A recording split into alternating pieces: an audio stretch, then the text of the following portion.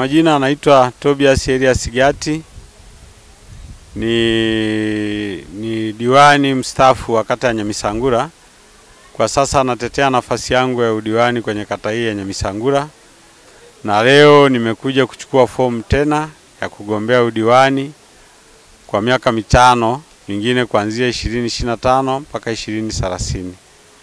Lakini nitumie fursa hii pia kuwashukuru wananchi wangu wa kata ya Nyamisangura kwa kunipa ridhaa ya miaka mitano 2020 mpaka 2025.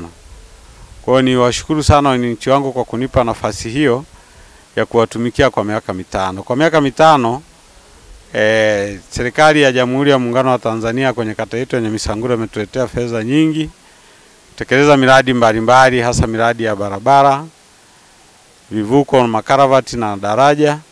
Lakini pia kwenye upande wa afya tumeweza kupata fedha kwa ajili ya kujenga kituo na zahanati ya kata yetu ya Nyamisangura iliyopo kwenye mtaa wa Ronsoti. Upande wa mazingira pia tumeweza Bugosi na Kinyambi wameweza kulipwa fidia ya shilingi bilioni 2.6. Na huko kwenye miundombinu ya elimu tumeweza kutekeleza vizuri madarasa, vyoo na miundombinu mingine ya shule za msingi ambazo tunazo shule 5 kwenye kata yetu ya Nyamisangura. Hasa pia kwenye sekondari yetu ya Nyamisangura tumeweza kujenga madarasa ambao wakati mwingine sisi kwenye kata yetu hatuna upungufu wa madarasa kwa sasa. Lakini nimegombea nafasi hii tena ili niweze kuwatumikia wananchi wangu wa kata ya Nyamisangura. Tunayo malengo, kila mtu hata kwenye familia lazima uwe na malengo. Na mimi kwenye kata yetu nimekuwa na malengo ambayo naona sasa niongeza miaka mitano wakati mwingine naweza nikakamilisha yale ambayo nimekusudia kufanya kwenye miaka hii mitano tena inayokuja. Hasa nimejipanga, hasa tunayo miradi ya rami. Nimejipanga kuhakikisha kwamba kata yetu kwenye miundombinu ya barabara sasa inakwenda kuwa angalau kwa 80% tuweze kutekeleza pale ambapo tunaona panaweza kukamilika. Lakini tunayo miundombinu ya elimu, tumeweza kuomba fedha kwa ajili ya ujenzi wa shule ya msingi ya watoto wenye vipaji maalum ambayo itajengwa English medium, itajengwa pale eneo la Mafarasini kwenye mnara pale. Lakini tunayo shule ya msingi Ronsoti ambayo tunaijenga pia eneo hilo la Mafarasini, na miradi mingine mbalimbali ambayo tumekusudia kuifanya kwenye kata yetu ya Nyamisangura.